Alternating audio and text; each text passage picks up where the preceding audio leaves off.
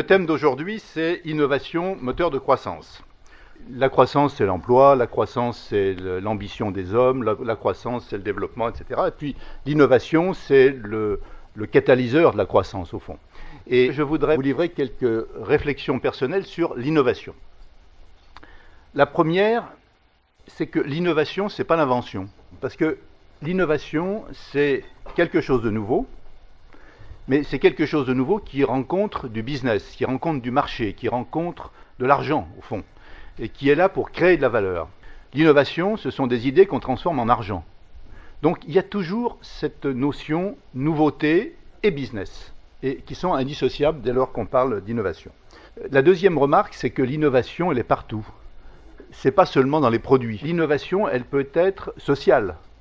Vous avez des entreprises qui lancent un nouveau système de recrutement ou un nouveau système d'intéressement de leurs salariés. Elle peut être dans le marketing, elle peut être dans le packaging, elle peut être dans un nouveau nom de produit, un nouveau nom de société même. Pour citer un grand pape du marketing qui était Peter Drucker, l'innovation, c'est aussi, et peut-être simplement, se débarrasser de tout le poids du passé. Et ça, je crois que c'est vraiment important. Ma troisième idée, c'est l'innovation n'a jamais été aussi utile qu'aujourd'hui.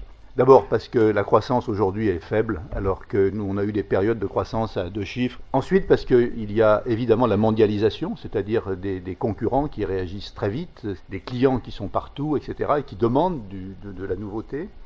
Le raccourcissement des cycles, on voit bien le nombre de nouveaux modèles automobiles que sort un constructeur chaque année par rapport à ce qui se passait il y a 5 ans ou il y a 10 ans.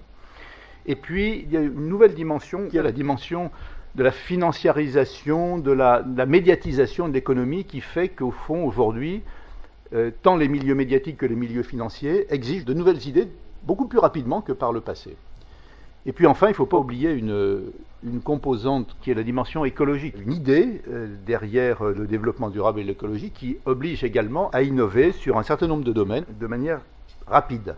La dernière idée que je voudrais exprimer, c'est les technologies de l'information et de la communication sont à l'évidence un catalyseur, un accélérateur de l'innovation, et ça de manière tout à fait essentielle. D'abord parce qu'elles rendent possible l'innovation, il y a tout un tas d'innovations qui ne sont pas possibles sans ces technologies.